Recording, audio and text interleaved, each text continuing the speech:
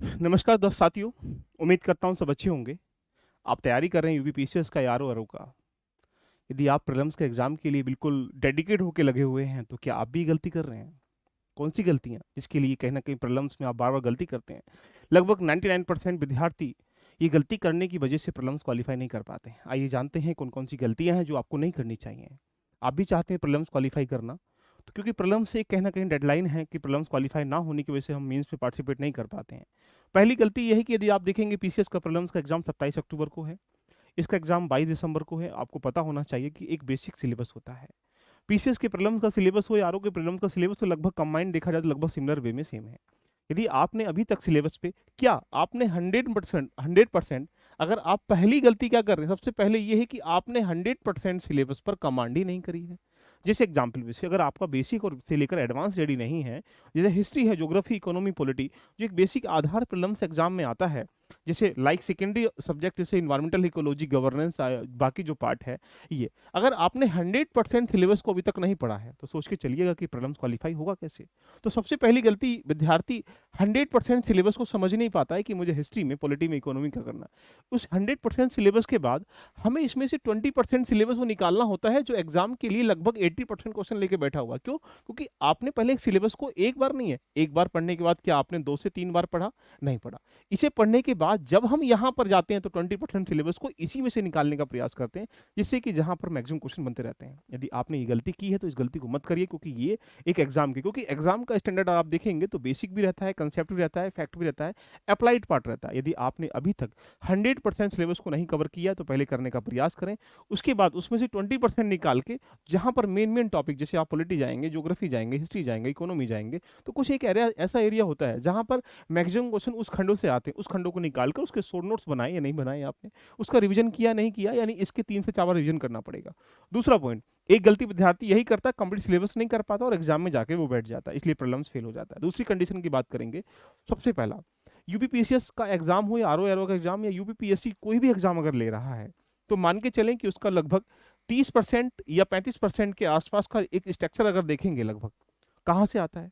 Last year के question के trend को लेके आता है। यदि आपने अभी तक मान के चलिएगा लगभग 2010 से लेकर 2024 तक जितने भी पेपर यूपीएससी आयोग के हुए हैं, या किसी भी स्टेट एग्जाम के, मान लीजिएगा बीपीएससी, आरओ, यूपीपीसीएस या आरएएस, किसी भी एग्जाम के हुए हैं, यानी लास्ट ईयर का जो एक घटना चक्र का पूर्वालोकन का है, क्या आपने उसको 2 से 3 बार पढ़ा? अगर आपने 2 से 3 बार पढ़ा है तो यानी आपने जितने भी प्रश्न यहाँ से बनते हैं, क्योंकि यूपीपीएससी जो आयोग होता है, लगभग 30-35 यानी 150 क्वेश्चन आएंगे, तो लगभग 40-45 क्वेश्चन के आसपास जो होगा, कहाँ से लेके बैठा रहेगा? पीवाईक्यू के लिंक से लेके बैठा है। डायरेक्टली क्वेश्चन नहीं आएगा तो वहां से किसी का क्वेश्चन उठाएगा, किसी का ऑप्शन उठाएगा, वहां से प्रश्न उठा लेगा। यदि आपने ये अभी तक नहीं किया है तो प्रॉब्लम्स क्वालिफाई कैसे कर पाएंगे? ये करने का प्रयास करिएगा। तीसरी कंडीशन ये करता है, विद्यार्थी पढ़ना स्टार्टिंग कर लेता है लेकिन उसका एक शेड्यूल नहीं होता है। शेड्यूल का मतलब वो रिवीजन नहीं करता है। रिवीजन का मतलब ये रहा कि यदि आपने कोई टॉपिक को पढ़ रहे हो, वन टाइम आपने किसी किताब से पढ़ लिया, किसी नोट से पढ़ लिया, किसी टीचर से पढ़ लिया, उसका मल्टीपल रिवीजन नहीं कर पाता। यदि आप अपने प्रॉब्लम्स क्वालिफाई करना चाहते हो तो एक टॉपिक को कम से कम 4 से 5 बार पढ़िए। जैसे अगर पॉलिटी की बात करेंगे और 20 टॉपिक हैं, तो 20 टॉपिक को आप 4 से 5 बार पढ़िए ना, उसके 4 से 5 प्रश्नों को बार देखिए ना, तो आपके यहाँ निकल के आ जाएगा। तीसरा पॉइंट बनता है कि यहाँ पर जो टेस्ट सीरीज होती है, विद्यार्थी टेस्ट सीरीज लगाने के तरीकों को नहीं जानता, और लगाता तो है तो उसको एनालाइज अच्छे से नहीं कर पाता है। मान लीजिएगा आपने एक टेस्ट में 150 क्वेश्चन लगा रहे हो, अगर आपने आप वहाँ पे 60-80 क्वेश्चन, 90 क्वेश्चन सही कर लिए, 60 क्वेश्चन तुम अभी भी सही नहीं कर पा रहे, इसका मतलब 60 टॉपिक अभी आपके रेडी नहीं है। तो टेस्ट सीरीज लगाने का तरीका, टेस्ट सीरीज लगाना जरूरी है, क्योंकि वो टेस्ट सीरीज आपके अंदर जो नॉलेज है आपने जो इकट्ठा करी है उसको छानने का काम करता है। यानी अभी ये टॉपिक आपका रेडी नहीं है, जरूरी नहीं है कि टेस्ट सीरीज से क्वेश्चन आएंगे, लेकिन जरूरी क्या है, वो टॉपिक आपको देख पाएंगे कि हमें कैसे लगाना है। तो यदि आप प्रीलिम्स क्वालिफाई करना चाहते हैं तो सबसे पहले ये गलती बिल्कुल ना करें, सिलेबस को पढ़ें 100% सिलेबस को। उस सिलेबस में से 20% सिलेबस को एक बार निकाल लीजिएगा, पहला पॉइंट। दूसरा पॉइंट है, जितने भी पीवाईक्यू हैं किसी भी एग्जाम के लिए, आप उनको जरूर एक बार रेडी कर लीजिएगा।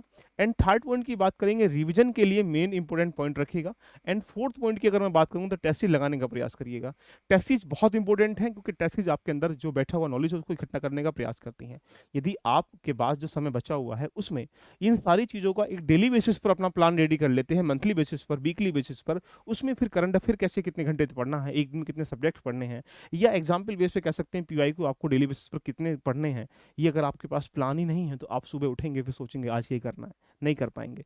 तो डेली बेसिस का प्लान, मंथली बेसिस का प्लान, वीकली बेसिस का प्लान, आपके पास बेसिक कंसेप्ट से लेकर एडवांस तक 100% सिलेबस तक, कोर एरिया जो 20% वो एरिया रिवीजन है, उसके बाद आपकी प्रैक्टिस है और टेस्ट सीरीज है। यदि आप ये नहीं करेंगे तो सोचिएगा प्रीलिम्स फिर आपके हाथ में नहीं है, प्रीलिम्स फिर कोई और ले जाएगा उठाकर, आपको आपकी दुल्हन की तरह या दूल्हे की तरह देखेगा। इसलिए यदि आप भी चाहते हैं प्रीलिम्स क्वालिफाई करना तो आपके लिए इस समय डेफिनेटली 15 अगस्त या फिर रक्षाबंधन सभी के विशेष ऑफर के रूप में कुछ मैक्सिमम डिस्काउंट आपको दिया जा रहा है। आप भी कहीं ना कहीं किसी बैच के साथ में जुड़कर, आपको तैयारी करना है यूपीपीएससी या कोई भी एग्जाम का, तो एलवी लर्निंग एप्लीकेशन पर जाइएगा। जाने के बाद यहाँ पर आपको जाना है और यहाँ पर आपके सामने, अगर आप तैयारी कर रहे हैं आरओ का, तो आरओ का प्री कम मेंस का बैच है। पीसीएस के लिए प्री कम मेंस का बैच है। अगर आपको ओनली प्रीलिम्स का बैच ज्वाइन करना, प्रीलिम्स का बैच भी अवेलेबल है। इवन आपके लिए मैं 15 अगस्त के आसपास एक विशेष ऑफर के रूप में आपके लिए लेके आ रहा हूँ, आरओ की और प्रीलिम्स के लिए, पीसीएस के प्रीलिम्स के लिए टेस्ट सीरीज, उसको ज्वाइन करके अपनी जर्नी को रेडी कर सकते हैं। तो दोस्तों 100% सिलेबस पर 20% सिलेबस निकालिएगा, रिवीजन पर विशेष फोकस दीजिएगा। एक दिन में 10 घंटे पढ़ते हैं तो 3 घंटे रिवीजन करिएगा। करंट अफेयर पर बेसिक बेसिक पार्ट रखिएगा। आप लोगों के लिए मैं सुबह 7 बजे डेली बेसिस पर मंडे से लेकर फ्राइडे करंट अफेयर भी करता हूँ, उसके साथ ज्वाइन हो जाइएगा। प्रैक्टिस करने के लिए शाम को रोज डेली 8 बजे हम प्रैक्टिस करें, उसके साथ ज्वाइन हो जाइएगा। बाकी कंसेप्ट पढ़ने के लिए, टेस्ट देने के लिए आप एप्लीकेशन पर जाकर अपनी जर्नी को रेडी कर सकते हैं। ऑल द बेस्ट, मिलते हैं नेक्स्ट सेशन में। Love you, bye bye, take care.